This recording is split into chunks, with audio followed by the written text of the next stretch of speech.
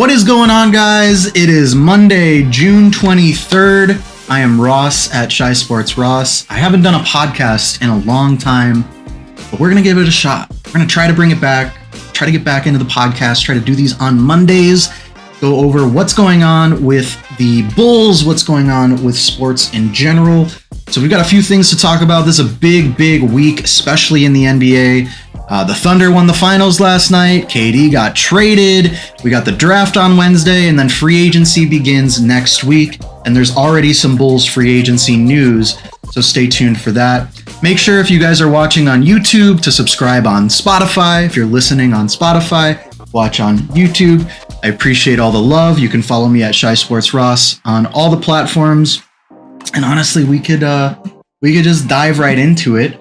So yeah, last night, Thunder win the finals, Game 7. Halliburton goes down with that awful Achilles injury, and I just hate to see it happen to such a good player in such a big moment. It looked like he was going to go off. It looked like he was going to have a big game. He had 3 quick threes to start the game. He still finished the game with the most threes of any player. I think that shows you how good he was performing. And yeah, it's just sad that we don't get to see the ending that we were promised. A fully healthy ending, Game 7, down to the wire. The Pacers kept it close. They kept it within range. So I don't think it's unreasonable to say that Halliburton could have made that difference to get them over the edge. And Thunder deserve it. Thunder built an amazing squad, just a masterclass in team building.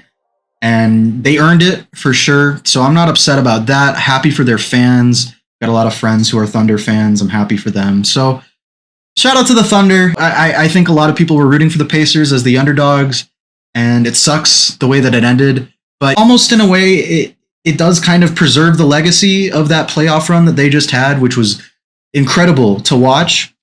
There's no, at least from my perspective, I understand that Pacers fans probably feel completely different.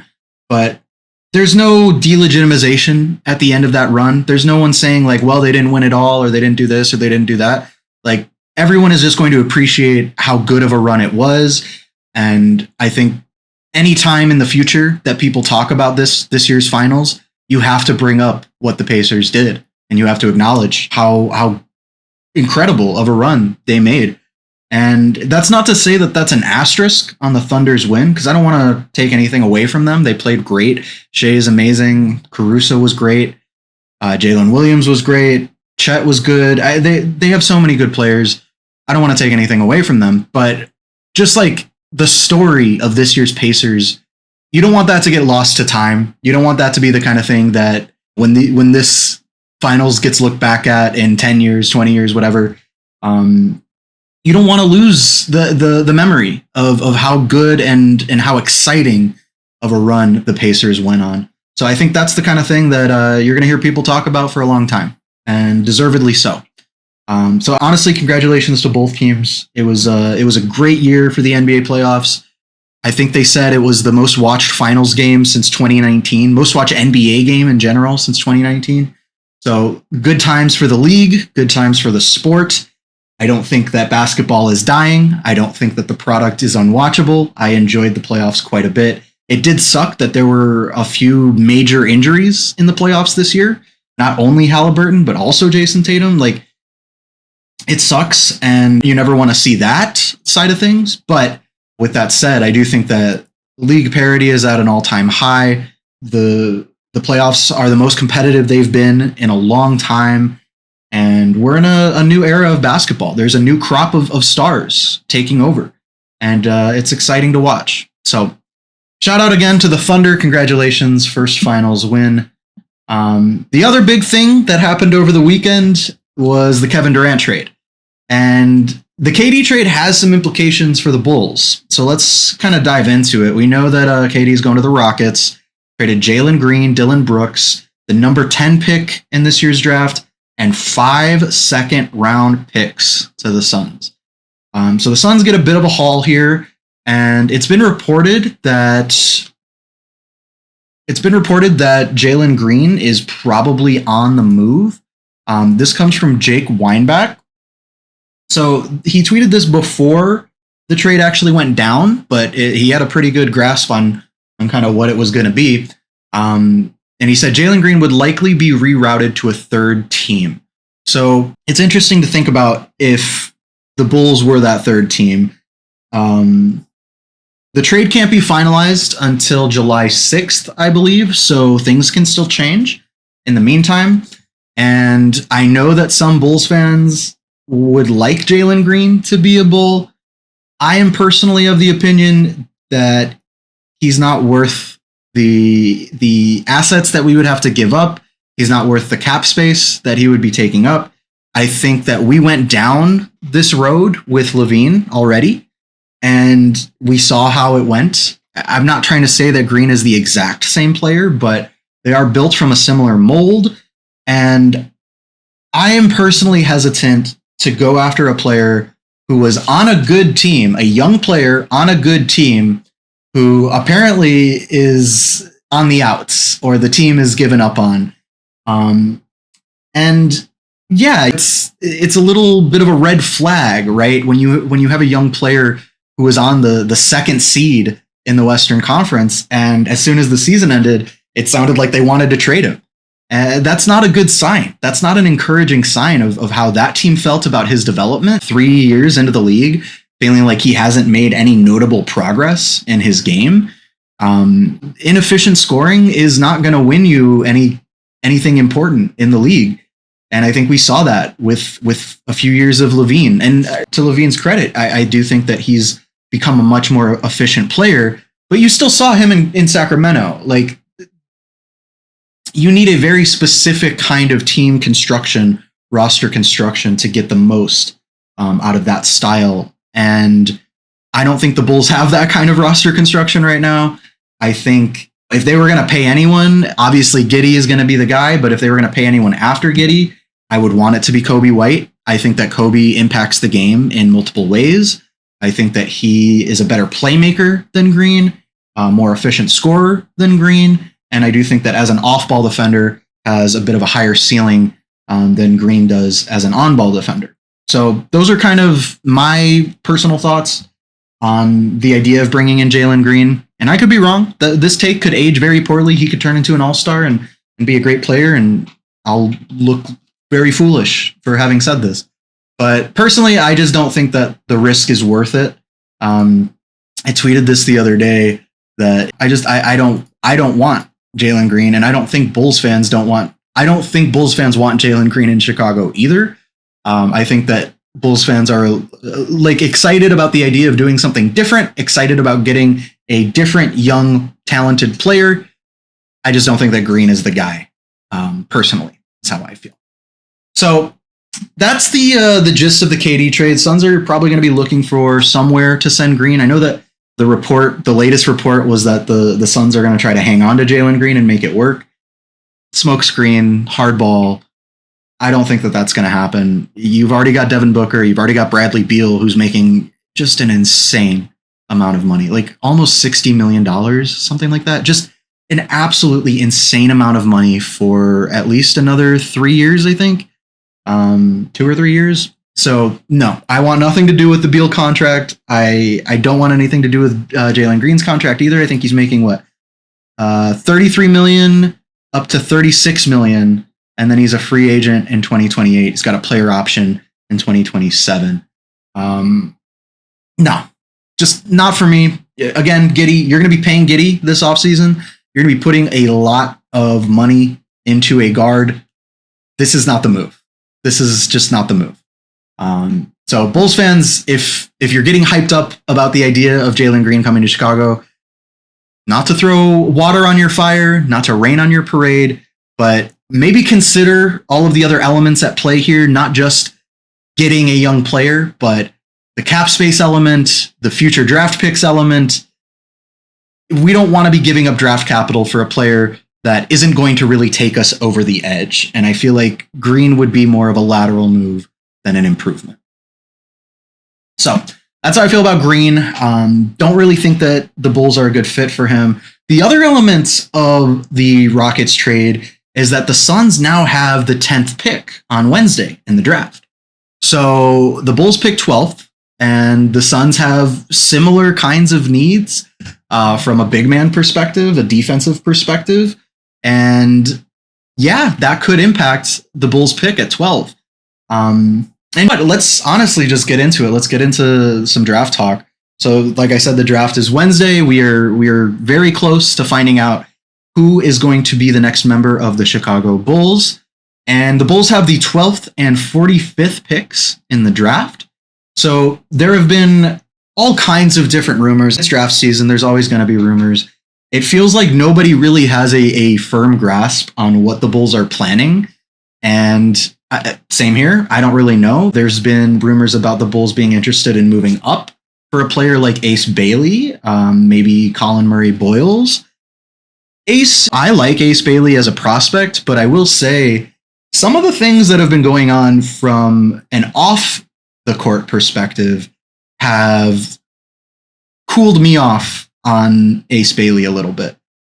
I think it's not a good look to be turning down workouts, to be refusing to meet with certain teams. And I understand that in 2-3 years, when he's an NBA player and this is all in the past, it won't matter. But I do think that speaks to his attitude coming into the league a little bit. And contrast that against how Modest came into the league last year. And the modesty, just kind of how humble he was, how excited he was to play for his hometown team. I think that's the kind of energy. We want good vibes in the locker room. We don't want anyone who thinks that they're bigger than the team. We don't want egos. We don't want super strong personalities. That's not the kind of basketball that the Bulls are playing. And you saw it last season with the pace, the passing, just kind of the new system that Billy Donovan has been running, especially offensively.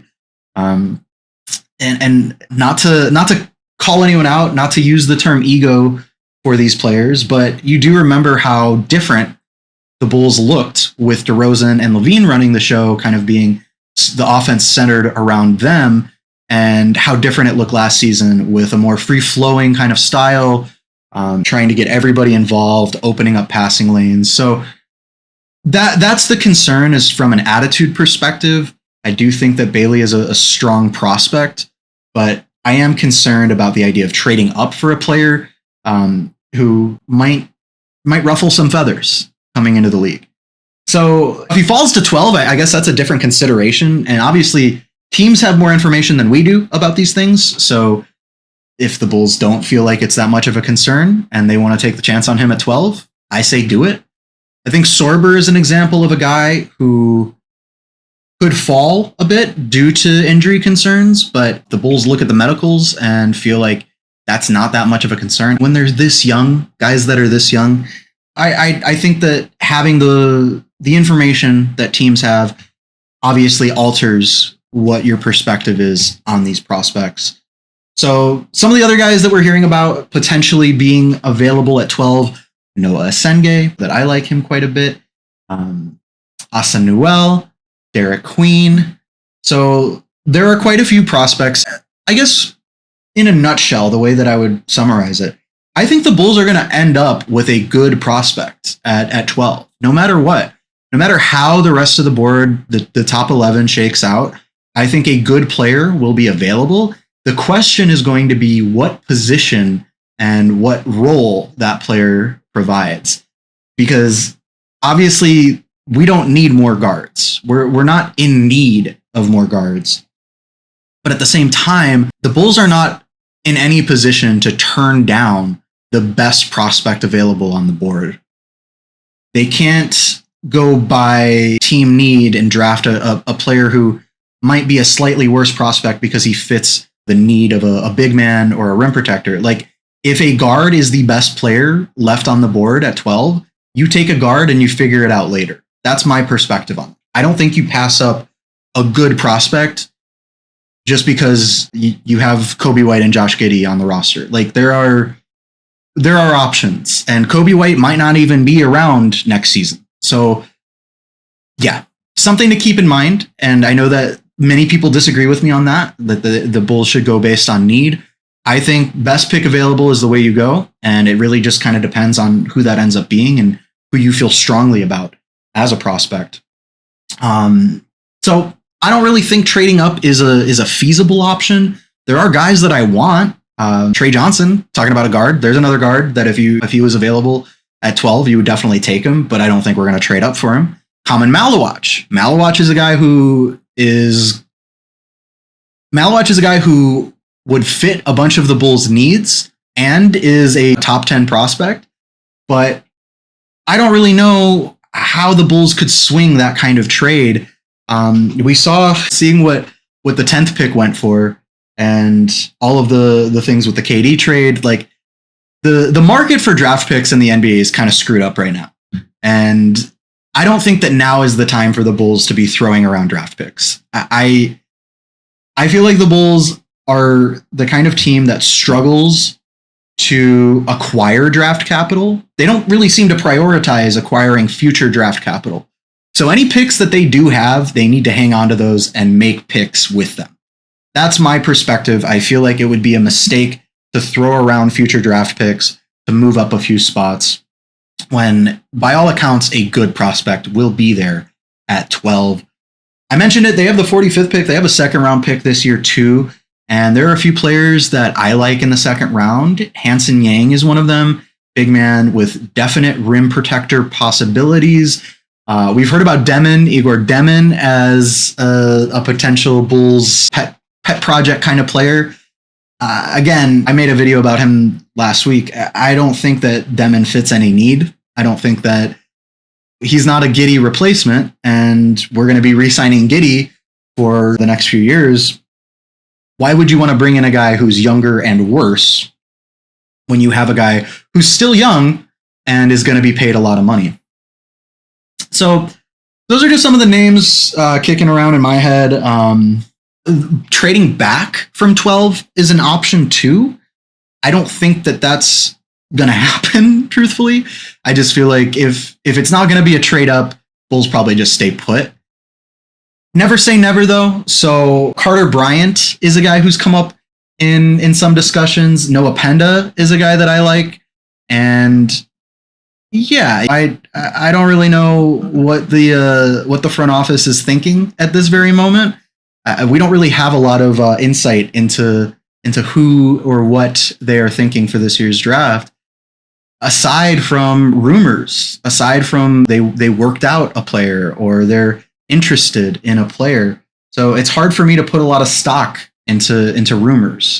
I'm going based off of what I know about these prospects and what I know about the Chicago Bulls. And so that's kind of what leads me to say the most likely outcome, they stay put at 12, they take the best player on the board. Exactly what they did last season with 11. They stayed put at 11, Mata slid to 11, a guy who was projected to be top 10, top 5 even a year prior, and it ended up working out great.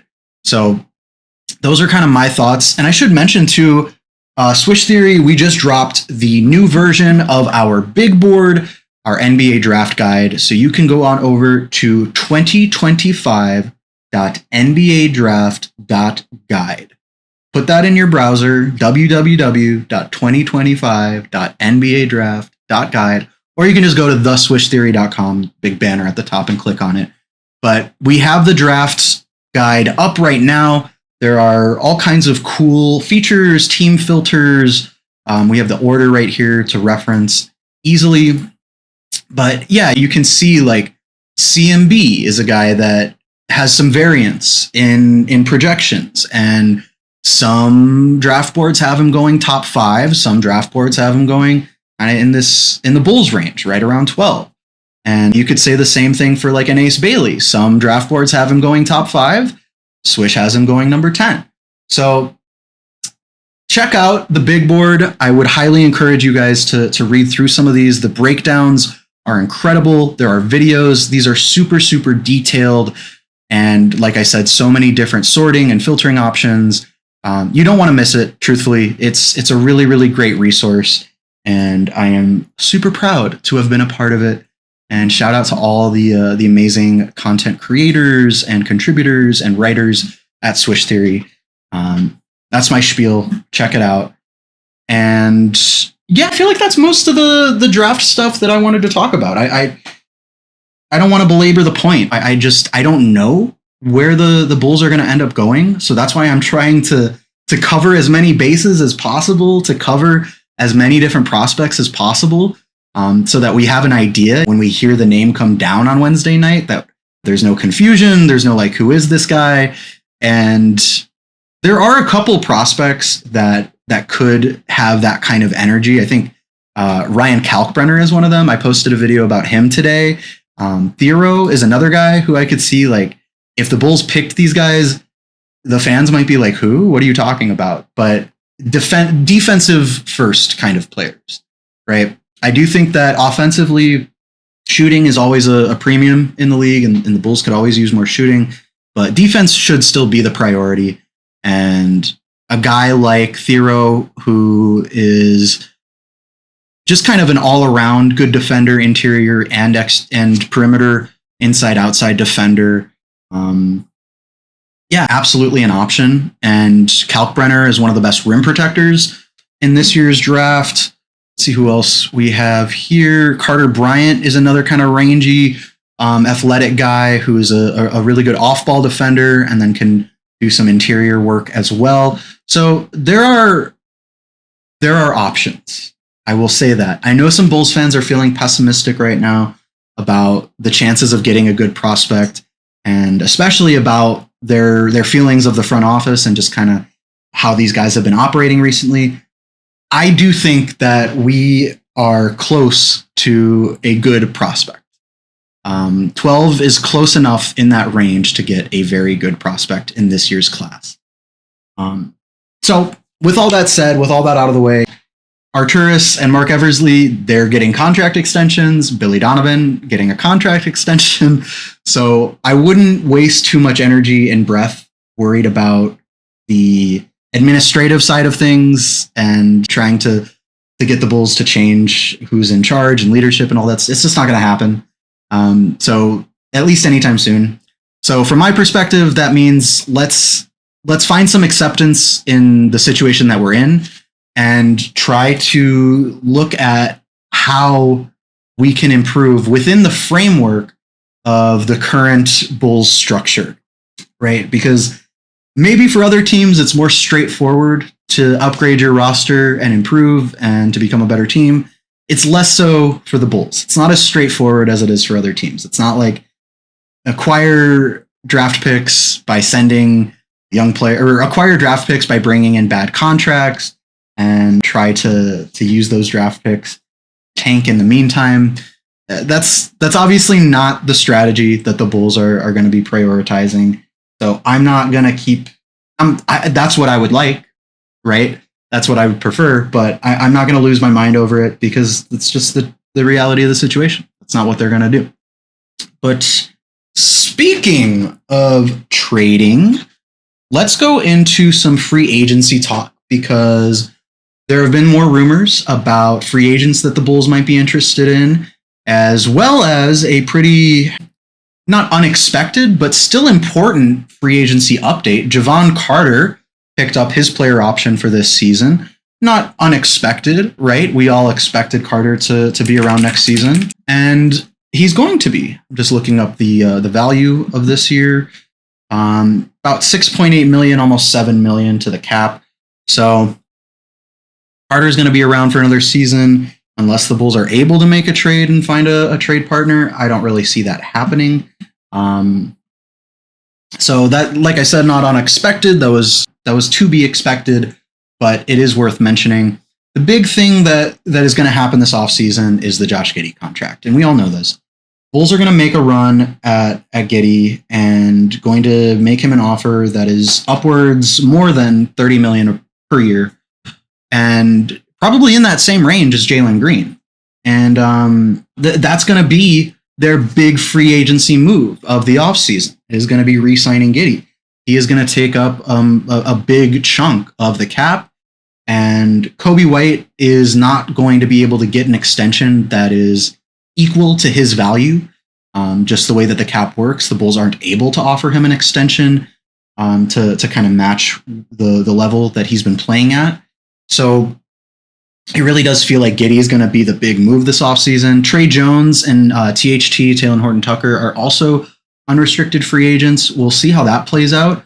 It's possible you could bring THT back on a vet min. It seemed like he fit in well with the team back in his hometown, possibly able to bring him back on a veteran minimum contract. Trey Jones, on the other hand, I do think is going to get a deal. I think he's going to be out there as a coveted free agent for certain teams, a good bench point guard who can run your offense, and you don't have to worry about him on either ends. Definitely the kind of guy that a lot of contending teams would love to have on the roster. So Bulls would love to have him too. I'm not sure that that's feasible. So the other consideration here is the Jonathan Kuminga of it all, who is due for a new contract. Warriors are playing hardball, putting him out there in trade talks to see if they can get out of giving him a new contract. And Vucevic was the guy at the trade deadline that was rumored to be the Warriors were interested in Vucevic. That was the rumor at the deadline. Obviously, it didn't happen. And just today, Casey Johnson, CHSN, he was reporting that interest has cooled off. The Warriors aren't as interested in Vucevic as they once were.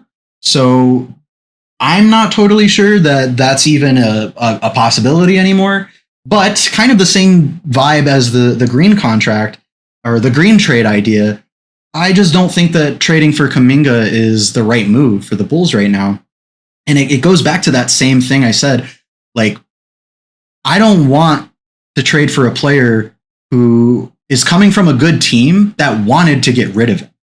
If you're playing around a Hall of Fame point guard and you're not improving as a young player and you're not showing growth as a young player, if you're on a playoff contending team and you're stagnating from a development perspective, that's a huge red flag to me. Bulls fans, look at Patrick Williams. There are other teams that probably look at P. Will as a young player on his deal is for a few years, but the money isn't insane. There are probably other teams looking at him like, oh, well, we could make the best of him. We could make that work. I've seen him play well. But as a Bulls fan, you would turn back and say to them like, no, you don't really fully understand it though. And that's kind of how I feel about Kuminga and Green, is that if they're coming off of playoff teams, good playoff teams that have other good players, why don't they want these guys a part of that core? And it's not the money, because Green was already paid and the Warriors can afford Kuminga. So what is it? And yeah, that's my perspective. That's the big red flag, the glaring red flag that shows up in my mind, is that those teams should want to hang on to those players. It's one thing if you're in like a J-Dub situation with the Thunder where they might not be able to afford re-signing him when he's up for his new deal, and then you try to make a trade to get the most out of that. That's totally separate. That's totally different from what we're talking about right now. We're talking about players that the teams they were drafted by have essentially given up on them and are bailing on the development of these players. So that is not encouraging. Not an encouraging sign. And just also from a money perspective, like, I don't think the Bulls should be throwing around big money to anyone that isn't a homegrown talent at this point right now. We mentioned Kobe White, obviously Josh Giddey, and Modest Buzelis in a few years is going to be due for a contract. So, like, you want to be building a homegrown pool, a homegrown core of players. You don't want to be trying to trade for other teams' cast-offs. That's castaways from other teams. That's the concern in my mind, is that you're going to invest not only draft capital to make a trade happen, but also a significant portion of your cap to these players. So it just doesn't really move me in that way. And the Bulls do have some trade assets for the first time in a long time. So let's go through this. This is from ESPN. Bulls have their own first in the next 7 drafts. In addition, Trailblazers owe Chicago a first-round pick, top 14 protected over the next 4 drafts, converts to a second-rounder if it doesn't convey. We knew about that. And then we also have 6 second-round picks available to trade. So those are some pretty good assets. And if you were If you were going to make a run at like a Giannis kind of player, hell yeah, man. Load up, throw it all in the mix, whatever it takes. But if we're going for a role player who is looking for a big deal or is on a big deal, just seems like a waste. Seems like a lateral move to me at best. And I feel like the path to contending again in Chicago is through the draft. I firmly believe that. And in my mind, it would make sense for the Bulls to be trying to acquire picks rather than trade them away. So there are teams that have players on bad contracts. They want to get those players off of the books. And they want to send out draft capital in order to do that. We've heard a few different teams are thinking about that. The Celtics were one of the teams rumored to be thinking about that. Hell yeah. I'm all for it. I think Vucevic is going to be expiring after this season. So he's another one of those guys who is the kind of player that a contending team might make a run at as kind of a win now move, and it won't affect their long-term cap space. So all of those things in consideration, just feel like it makes more sense for the Bulls to be stashing draft picks rather than trying to trade them. We're not close enough to contending to trade for a role player and take that next step, right? Like Green and Kuminga. I don't want to sound like I'm a hater. I don't want to sound like I'm saying that they're bad players, because that's not what I'm saying. I'm just saying that the Bulls aren't the kind of team that is going to get the most out of trading for those players, right? Like a team like the Clippers, a team like the Magic, who actually did just make a trade. Those are the kind of teams that I feel like are one or two players away from really being a strong contender.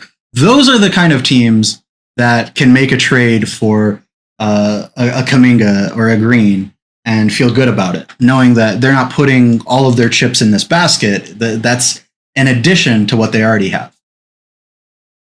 If the Bulls were closer, I would feel differently, but we're not. This is the situation, and that's just how things are. So that's it, guys. That is pretty much everything that's going on in the world of the NBA. Free agency is going to start next week, June 30th. Things are going to ramp up very, very quickly after the draft here. The rumors are going to be swirling, and I'm sure the Bulls will be involved in plenty of those, as we always are. Love to see the Chicago Bulls are open to trading Nikola Vucevic. Like, yeah, we fucking know. So prepare yourselves mentally for those tweets, and prepare yourself mentally for all of the Giddey stuff too. I'm sure there's going to be a lot of stuff about like, oh, the Bulls don't want him. They're playing hardball, this and that. Another team wants Giddey. The Kings are going to sign Giddey to an offer sheet. So prepare yourselves mentally. It's going to be a hectic time, but an exciting time nonetheless. This is one of the craziest periods of any sport. Is kind of the draft into free agency in the NBA. It's always a very, very exciting time. It's my first podcast in a long time. Hopefully I did an okay job. It's also weird just it being a one-person podcast and just talking at a camera. So would love to get some guests on and do some interview segments. If you're listening and that's the kind of thing you'd be interested in, specifically in regards to like the White Sox, the Blackhawks, the Bears, the Cubs. I feel like I have Bulls pretty covered, but would be good to talk to some experts in some of the other fields. But yeah, thank you guys. If you made it to the end, thank you so much for listening. I am at ChiSportsRoss on all of the platforms. I am active on TikTok, Instagram, Twitter, YouTube. I think that's it. And I'm going to post this on Spotify as well, so you can listen to it in your podcast feeds. So if you're listening, if you're one of those Spotify listeners, make sure to go and follow me on those other platforms. And thank you again. I really appreciate you guys supporting and listening and following along to all of my insane content and the crazy things that I have to say. So thank you guys again, and we will talk very soon.